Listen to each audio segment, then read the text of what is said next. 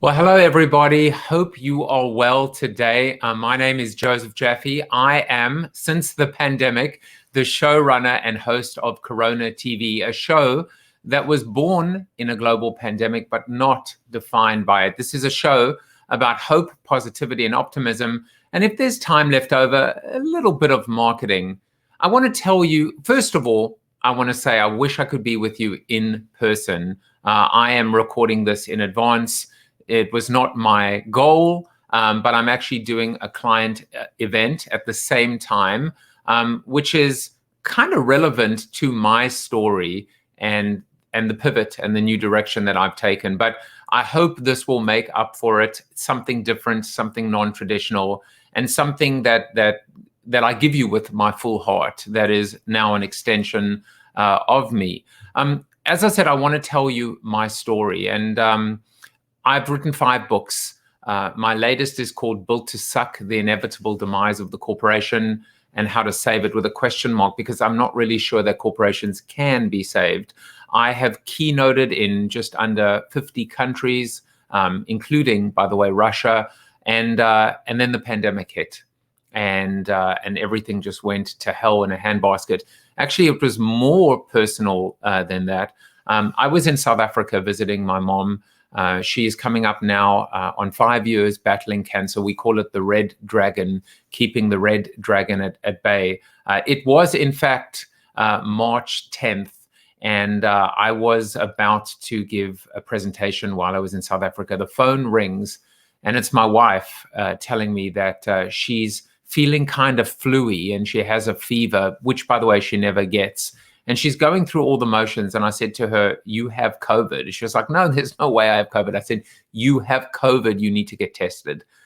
I flew back the next day, actually landed in London, switched on my phone, and saw there was now a travel ban in place. But then I read a little bit deeper, realized I could get back, got home, went into isolation, self-quarantining in a different bedroom in our house on a different floor.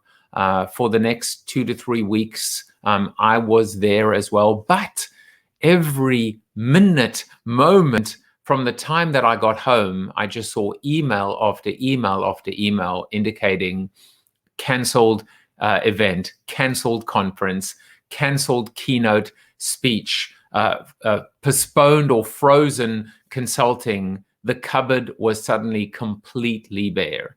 And instead of panicking, instead of being dragged down, instead of letting the heaviness of depression set over me, I don't even know what the spark was, but I just know instinctively I know how to do 2 things. 1 is create content, and 2 is help. That's all I wanted to do. Help others, and in doing so, help myself. And so I went to Facebook and I did a Facebook Live. March 16th was the 1-year anniversary of my first Facebook Live, which then became Zoom, which then became StreamYard, using a piece of software, which is what I'm using right now, called StreamYard. And Corona TV was born. And then about a week or 2 later, I'm talking to my sister. She lives in London. I'm actually South African originally. And my sister has a spinning studio. And she was telling me how she was, faced with the reality that she had to close up shop.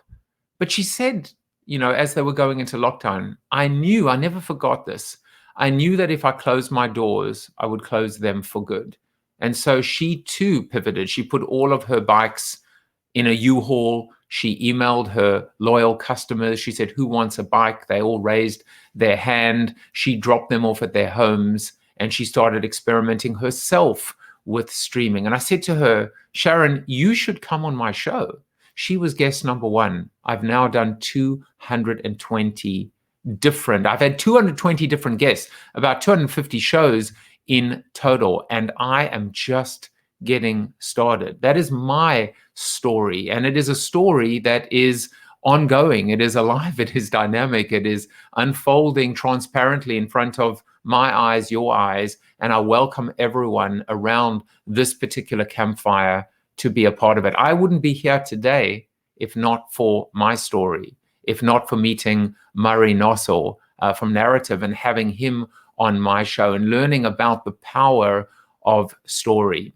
So that's how I come to be here today. And then I thought to myself, I was asked today to talk about these lessons in leadership learned in quarantine. But then I thought to myself, you know what?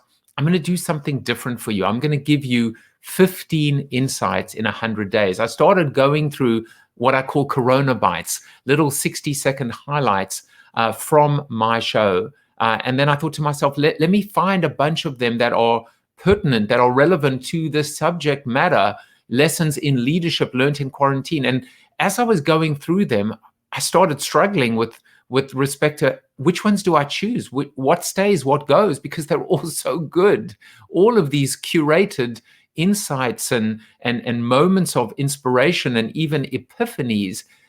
And then I realized as I was starting to rack them up, wow, 15 insights in 100 days. Of course, I've been doing this for 3 times as long, and I have maybe 4 or 5 times as many just 60-second insights. But in each show, there can be 10, 15, 20, 100 different insights. And I thought I wanted to show you, I wanted to share these 15 insights with you, but also recognize this just comes from 100 days, 3 months plus a little bit of days as change, showing you the power of being able to be a curator of stories rather than be the teller of stories. I was the listener. I was the recipient of these stories and the curator, able to frame and reframe and connect the dots. And so that's what I'm going to do today in my session. I'm going to try and get through 15 of them in lightning speed with just a little bit of commentary on them, starting with number 1. Let's go right now. Aircraft carriers still have a GPS system on them that has to be recalibrated 1 time a year. And I've talked to the GPS recalibrators. They go in and they actually have to recalibrate it because over the course of a year, a GPS system can be off by 1 full degree. Now, 1 degree difference for an aircraft carrier is 277 miles. I think the same thing applies to humans and businesses. That sometimes we're looking at making pivots and then it becomes daunting to us. And instead, we need to look at how do we create little shifts, because then we can actually get them done. A pivot really is just a series of consistent shifts. Pivots, shifts, and even swivels. I continue to have this conversation, and certainly leaders and leadership has been forced and faced with the ability to have to rethink sometimes everything in this great pause, the ability to pivot a brand or pivot a company, pivot direction, or be able to make these changes. Sometimes we can do them willingly, but most of the time, these pivots are forced on us. The question is, are we paying attention and are we able to effect? Let's keep moving. Yeah, and it's a mentality of, it's interesting. A couple of times, I only had to do it about twice. I would say, hey, Michael, why don't we celebrate this achievement that we made? And he'd be like, well, why? That's in the past. And I got the point, which was, it's not that he didn't want to celebrate it. It's that keep focused on what's next, what's next, what's next. And if you do that, you're in good shape. I think the other thing, Joseph, that I've learned over and over again is the smartest thing an entrepreneur does is surround themselves with really smart people and spend your time helping them unlock, because you're already unlocked. So it's like, how do you help the next four people do that? And that's when things scale. It's very hard for anyone to just do it themselves and carry everyone around. That doesn't make sense. The Michael that he's referring to, by the way, is Michael Dell. And I love this idea. As a leader, you're already unlocked. Your role, your goal now is to pay it forward or unlock it forward. Next is what I call all in leadership. This is Jeff Kotler, and Jeff was the general manager and led marketing for Converse, for Coke, for Starbucks. And one thing that hit me on this particular, or in this particular soundbite is, you know, we all have a boss, right? We all have someone we have to answer to. And so even as a leader, you yourself are part of a continuum. But let's watch his soundbite, his Corona bite, and then I'll comment a little bit more. Because I basically said, look, you're going to fire me at some point. I know that. So I know how the book ends. I know the last 2 words in the book on the last page says you're fired. I accept that. So now that we both know you're going to fire me, I want you to fire me over this. Some guy at Nike, when I was interviewing for the Converse job, asked me a question in an interview. Have you ever gone all the way? And he said, no, I mean, have you ever believed in something so much that you're willing to put your job on the line for it? Wow. Oh my gosh. I'm ashamed to say that I haven't. Oh my God. I'm embarrassed to say that I haven't. But I tell you what, if I get this job, I promise you that I will. And then he's like, you're going to do great in this job. You just got a job. Love that idea. I know I'm going to be fired. It's mortality, right? I know how this story ends. So I'm going to make sure that it ends the way I want it to end. Well, next we're going to go into Tim Sanders. He wrote a book called Love is the Killer App. And this, I mean, how can we talk about leadership and not talk about empathy? I loved it when you said growth mindset was more about nurture than nature. It really is, because we all have it. We all have it from birth. Look at kids. They all have the growth mindset. They just lose. It's like empathy. Empathy is not something you learn. Empathy is something you lose. You know what I mean? So. Absolutely. And the connection with nurture, love, of course, is nurture. Tim, I want to ask you just to expand on that. I've actually never heard that before. Empathy is not something you learn, it's something you lose. Yeah. Let me see. That's Carl Rogers. I have to attribute that. But Rogers believed that it was part of the human psychological DNA to naturally connect with other human beings' feelings. That's why when babies are all together, like when they're in the nursery together, if one baby cries, all the babies cry, because empathy is a natural thing.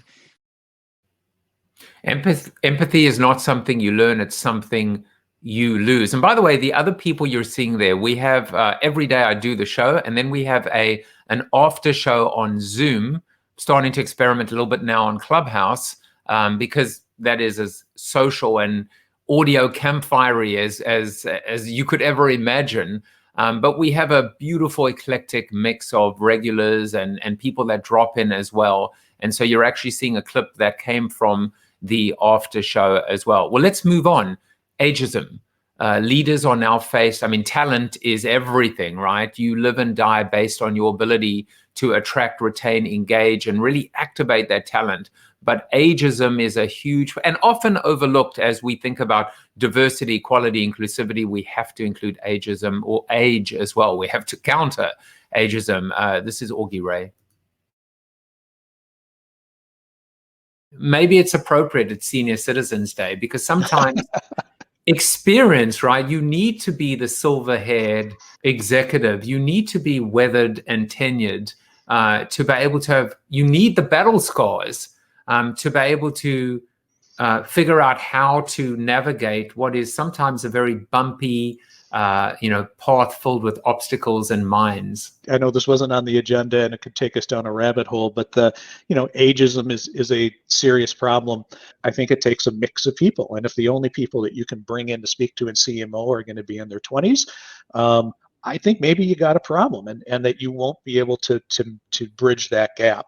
I'm not saying that everyone's got to be old. I have worked in agencies. I love youthful and innovative ideas. To me, it's about mix. I mean, such an important point. And innovation, storytelling, leadership, it's not a function of age. Being young at home, I'm 50 years old. I just turned 50 in quarantine, and I've reinvented myself. Unfortunately, I have the maturity of an 18-year-old, so that helps as well. Well, the next is Warren Berger. And I have to tell you, I mean, I've been so influenced by people like Murray Nossel and Warren Berger, the Book of Beautiful Questions. In this particular clip, he talks about this idea of, instead of having a mission statement, why not have a mission question and purpose? I mean, I'm sure so many speakers at the event are talking about purpose and values and start with why, but it all begins with this. You might want to think about replacing your mission statement with a mission question. You know, your company has a mission statement. What would happen if you turned that into a mission question? And the reason you would do that is because a question is just more inviting to people. It's more stimulating, this invitation. How might we? We don't know the answer. Do you want to join us? Do you want to be part of exploring this? It has a whole different effect on people. And I think the question is the ultimate customer-centric, you know, act of opening up a corporation. You know, the mission statement says it's all about us. The question says, why don't you partner with us? Yeah. How can we do this together? A mission is supposed to be open-ended. It's supposed to mean we didn't get there yet. That's why it's a mission. We could go down that particular path for hours upon hours. Curiosity, inclusivity, tearing down those corporate walls. Isn't that the essence and the epitome of great leadership as well? Recognizing that we are only as strong as the people around us. And no doubt, again, I'm sure a common theme at the event is going to be servant leadership. It all begins with a question. Now, next is Jeffrey Hazlett, the ex-chief marketing officer of Kodak.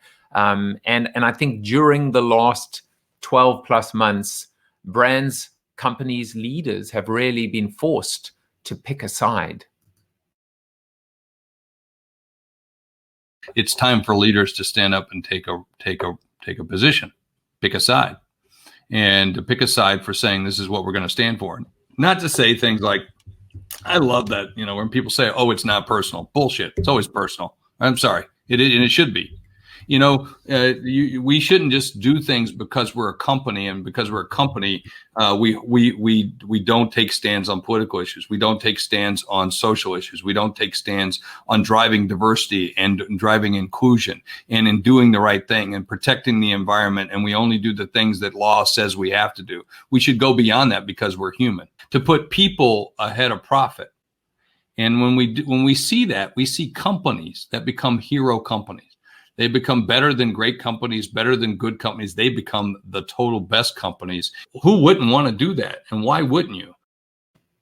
Maybe I should have warned you, but I often say that if somebody goes, is it okay if I swear? They probably shouldn't. But if it's naturally an extension of you, then it doesn't feel out of place at all. But yes, pick a side. Companies have straddled the fence for too long. Leaders have played both sides. It's time to pick a side. Well, next is Ross Bernstein. And, you know, why I picked this particular Corona Bite is it's a different style of leadership. Why are we so hard on our people when they don't do well? Instead, he has a different approach, which is you punish them, you make them work harder, not when they fail, but actually when they succeed.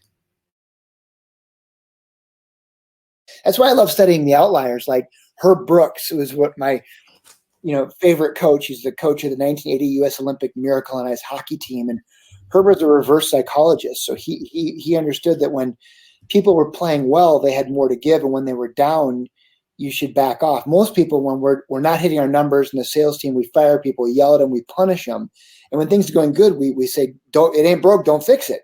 Herb was the opposite. So when his teams were playing well and they were dominating, he put the hammer down and he asked for more. He would punish them. He'd make them skate. He'd make them work because they knew they had more to give. And then conversely, when they were playing poorly and they were in a slump, he'd back off the gas. He'd send them out, he'd get them their own team bus, cancel a plane ride home. He'd tap a keg, buy a bunch of pizzas and let them just let their hair down. And invariably, it would work itself out. There is a lot to unpack there. And one of the things I've also learned through this period is you have to forgive others, but sometimes you have to begin by forgiving yourself. and recognizing, as they say, right, to err is human, to forgive divine. But this was a different style that actually says, what motivates you? My first boss always said that they were motivated more by the fear of failure than the sweet taste of success. Success is fleeting, and success is relative, and success is really artificial. And maybe that's the way to continue to get the best and the most out of our people. Well, the next soundbite comes from Tamsin Webster, and she talks a lot about the red thread. In fact, that's the title of her new book. I love this. This is really connected with me, this idea of rethinking. Instead of talking about pies, a piece of the pie, getting a bigger piece of the pie, expanding the pie, the analogy of a flame applies across the board to things like success and wealth and financial gain. When all of this started, I, like most people, was like, dead panic. So I have a woman that I work with. She used this just gorgeous metaphor of how to think about money. And she said, a lot of times people think about money, very much as a fixed resource. And, it's kind of the classic pie analogy, like it's a pie, and rather than just saying, okay, we can make the pie bigger. She's like, I don't think of it like that. I actually think of money like a flame. And I can, like, if I have a candle and you have a candle, and your candle isn't lit, I can give you my light and you now have light, but I don't have any less light. I saw kind of a different frame on that earlier in our conversation, which basically was talking about just being kind, because it basically said, like, your flame doesn't get brighter by putting somebody else's out. So many interesting ideas in terms of a leader and a brand that truly can be a light, a flame that attracts others. We also talk about the flame of a campfire, sitting around the campfire, the warmth, the communal shared warmth. But this speaks to purpose and it speaks to culture. And I think there is something so powerful when we talk about paying it forward and sharing and involving and including. Let's eat the pie, but let's rather start investing in the flame. Well, the next bite comes from Len Herstein, and he talks about complacency. That is his area of expertise. Now, complacency gets closer and gets me back to built to suck. The fact that arrogance and overconfidence and hubris, that's the killer. That's ultimately what takes us down, what fells Goliath, if you will. Complacency kills. Accept this right now. You are complacent, and it will come back, and it will be dangerous at some point. You may, whatever you think right now, just accept the fact that you have been in your business, in your personal life. Do you say you love you? I love you to your wife every day. There are things that we do all the time that are complacent. So you have to accept the fact that complacent is, and I hate talking about viruses now because of COVID, but the complacency to me is like a virus. It's sitting there. It's not something you can get rid of. It's always going to be there. And it's looking for the right conditions, right? And so the right conditions are overconfidence, hubris, right? Lack of awareness. Hubris versus humility. It all starts with overconfidence. So complacency is kind of born in overconfidence. Now, by the way, Len is a reservist. He's a sheriff. So he's actually talking about complacency from the perspective of what happens when you make a routine stop. When you let down your guard, that's when you are your most vulnerable and weakest, if you think about it. And there's so much more to think about because, preparing for the next crisis, there will be a next crisis. I think it is human nature for us to become complacent, to let down our guard, but we have to now more than ever be vigilant. And that doesn't mean an unhealthy intensity, but it does mean tapping into what I call the survival instinct. Survival is based, we are all survivalists, and survival is based on two things: self-preservation and adaptation. Self-preservation, don't kill me, I want to live to fight another day. And adaptation, if it's between you and I or the two of us, I will kill you because I want to live, I want to survive, I want to thrive. At the end of the day, that buck, you saw my big ears around that buck, based on its ability to be vigilant, will determine whether it gets to live and see and fight another day. Well, next is Jeremy Tucker. He's the Chief Marketing Officer of Planet Fitness. You can imagine, if you are a gym right now, how you were affected by this time of quarantine and COVID. And he's not necessarily talking about that business, but he is talking about the concept of mediocrity. If you try and be all things to all people, you end up being nothing to nobody. You end up being vanilla. If you're vanilla, if you just are all things to all people, you end up being nothing to nobody. So when you push, when you actually try and break boundaries, it's almost impossible not to offend someone. How do you have that confidence to be able to not just be average and mediocre and satisfactory? For me, what you said is actually the starting point of the conversation. And it's the one that I talked a lot about at Nissan and now here at Planet Fitness. It's not being vanilla. Like vanilla, it is the most popular flavor, but it's safe. But you won't drive across town for vanilla. You know, it's just not going to be what's going to drive and really kind of create that resonance and the demand of our brands. I always look to your truth. What is the North Star you're aiming for? What is the lighthouse, the beacon that you're trying to be for your members? And really being courageous on that. That's not being flippant. That's not being arrogant. There's, again, so much to unpack there, but let's just use that in context of stories. What stories will you seek out? What stories will stay with you? What stories will resonate? What stories will you want to tell others as well? I remember back in the day with the dawn and the explosion of viral marketing, I was pretty early in the digital and social media space, as I have been throughout my career. And they said the litmus test for something, for a piece of content in terms of it going viral, was not would you want to watch this? It's would you want to share this? Would you want to send it to someone else? Because it was your social capital. It was your social currency. It was your reputation. So stories that are vanilla are going to be instantaneously forgettable. Well, next is Dean Aragon, although I was calling him Dean Aragorn, made me think of Lord of the Rings. He works at Shell, and he talks about a concept that he calls completing teams. I've always been intrigued by how do you form very powerful teams. And my approach has always been about curating the team to make sure that they have very different superpowers. I try to surround myself with people who have powers that I don't have, because I believe that the most effective teams are the ones who have completing abilities versus competing abilities. That's normally where unhealthy tension comes out. You know, when you're trying to compete against each other instead of uniting and competing with the competitors outside of your team. And the rule is in the team, in the teams that I lead, we all respect each other's superpower. One, B, we seek to have formations where, depending on the brief or the objective, we have different sorts of formations, right? And the third one is no one should pretend that they have someone else's superpower. I love the idea, and of course, you know, it's why Marvel has done so well and the Avengers has done so well. As powerful as any one superhero is, if you just had the Avengers being clones of that superhero, there would always be kryptonite. There would always be an Achilles heel that would bring them down. It is the diversity of talents, of skills, of superpowers, of teams.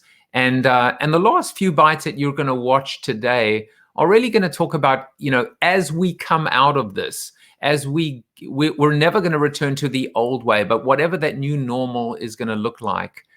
As Yogi Berra once said, when you come to a fork in the road, take it. So this is our moment of truth. What decisions will we make? What long-lasting impact and effect will those decisions make on ourselves, our lives, our teams, our brand, our company, our industry, the world?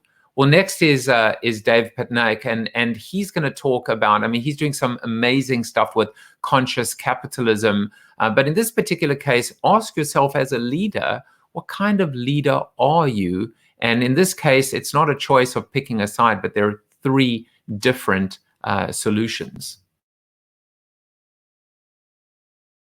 The neuroscience tells us this. About, 16% of human beings are future focused. They're the folks who are thinking of where is the world going in the future. There's another 13, 14% of us who are past focused. And the past focused folks define everything that's happening now in terms of what happened before. But 70% of us, the vast majority of people, are present focused. They're focusing on the here and now. But when you show them that the world is changing, they say, yeah, you're right, the world is changing, but we need to focus on this quarter. I was trying to think of a good build on your beautiful past, present, future. And this is what I settled on. The ones focus on the future, that's leapfrog. The present are the boiling frogs. And the past are frogs' legs. So that's how I kind of just... So what kind of leader are you? Hopefully you are not the boiling frog or frog's legs. Mark Pritchard is the Global Chief Marketing Officer of Procter & Gamble. And he really has focused on this idea of being a force for growth and a force for good. In this particular case, it's not about choosing between one or the other, but why it's so important to focus on and versus or. The idea of being a force for good and a force for growth, it is very important that it's both, because if you're a force for good and you don't have any growth, it's philanthropy, which is nice and it's good. Philanthropy is good, but it's not sustainable. We have shareholders. If you're a force for growth with no good, then consumers view you as somewhat mercenary. So the trick is to make sure that whatever you are in a force for good leads to being a force for growth, because what that does is good leads to growth, leads to more good, leads to more growth, leads to more good, and becomes a sustainable cycle. And that's the lens through which we look at everything. We're not new to it, but we've now framed it and put it into more of a strategy. Philanthropy or mercenary, neither of those extremes are ultimately the equilibrium or the solution that we are looking for. And that's another lesson as well, which is you never want to be on either extreme. You always want to be able to find that happy medium, the bridge, the equilibrium. But it's not about vanilla. It's about being able to take the best of both of those extremes and combine them to create the perfect outcome where the whole is greater than the sum of its parts. Look, as we figure out how to get back to work, as our people come back, whether it's around a campfire or a conference table, we're going to need to be able to inspire them to get the best out of them. So let me show you the final soundbite or Corona bite today, and then I will offer some final commentary on this, and then try and put a little red bow around what you've just watched. And then I'll say, well, tell me when and where you do your best thinking. And here's the big aha. They say things like in the shower, driving a car, going for a run. For me, it used to be being on an airplane. That's when I did my best thinking. But you know what they don't say? At work. Work. Yeah, I was going to say work. They don't say at work. And so what that tells you is we are not doing our best thinking at work. Thinking is a daring act at work. In fact, we don't reward people for thinking. We reward them for doing. And we need to make more time for that. Because the reality is when let's tie this back to efficiency, simplicity, and innovation. Most of the time when people are coming up with ideas, they're alone. But where we build ideas is when we're together. So those were 15 insights in 100 days. I showed them to you in order, without moving them around or trying to create little clusters or groups, just to show you how this conversation, this beautiful journey or adventure was evolving and unfolding in front of our very eyes. I know that everyone has to answer this question at the event. If story could come alive and teach a leader one thing, what would that one thing be? Well, this is what I've learned. Story is alive. It always was alive. And we need to be able to extract and breathe at the same time life into and out of that story. What I've learned, and again, going back to, I will give him another mention, Murray Nossel, is the power of listening, of being a story listener, not just a storyteller, and realizing the dynamism of being part of that campfire. That without the listener, without the audience, without your team, without your talent, you are all dressed up but nowhere to go. You know, you're the tree falling in the forest and no one is there to see it. And it doesn't, we don't know if it makes a sound. But I want to just add one more element to this dynamism, which is being a story curator. That's what I gave you today. I gave you 16 for the price of none. I gave you 15 of my guests and myself, which basically is probably in keeping with the fact that I have about 16, maybe 60 personalities, my split personality. But that's how I've chosen to live my life. Every day, a different idea, a different piece of inspiration as well. To be a curator of stories, a connector of stories, a connector of dots. That's how stories live on and take on a new form and take on new life and evolve and almost become bigger than the initial spark. Stories never end when we continue to be able to tell them and share them and build on them and riff on them and hack them, and ultimately they become part of us. So I want to just say this has been a pleasure to be in front of you. I wish I was physically in front of you. I need to come back to Russia, that is for sure. I loved my time there. If you want to connect with me, this is how you do it. You know, going back to trees falling in forests, let's use a link tree, but this one does make a sound. You can find me on linktree.com/Jaffe Juice. It's basically just a place where all of my links are there. And if I could ask you to do anything, it would be this. Join me. Join this Corona TV experience and adventure. Subscribe to the show. Subscribe to my newsletter. Become part of our community. At the moment, and maybe for the foreseeable future, it is free. Why wouldn't it be? Because I am learning, I am growing by virtue of being a host and being privileged enough, not only to be in front of my daily guests, but today to be in front of you. I'm doing one other thing that I want to share with you as well, which I feel is part of this idea. Instead of taking advertising and sponsorship and all of that, my vision is, I call it the greatest Zoom on earth. What if your next status meeting, your next employee onboarding, your next brainstorm, your next offsite, your next training and development workshop, what if it was a show? That's really what I've taken out of this, which is people are not going back to work the way they were. They are isolated. They are disconnected. They are desperate for connection right now, and they are suffering from Zoom fatigue and Teams fatigue. So what if your next gathering was a show? Entertaining, experiential, in addition to just this idea of communication, collaboration, and education. That is what has my heart. That is what has my soul. And that's what I'm focusing on. It has been an absolute pleasure to be in front of you today. And I always end my show with what I call, he is the Grand Warden of Corona TV, and he gets to tell us if we did a good job. So let's ask him, did I do a good job today, Chuck Norris? You are Chuck Norris approved. Whew.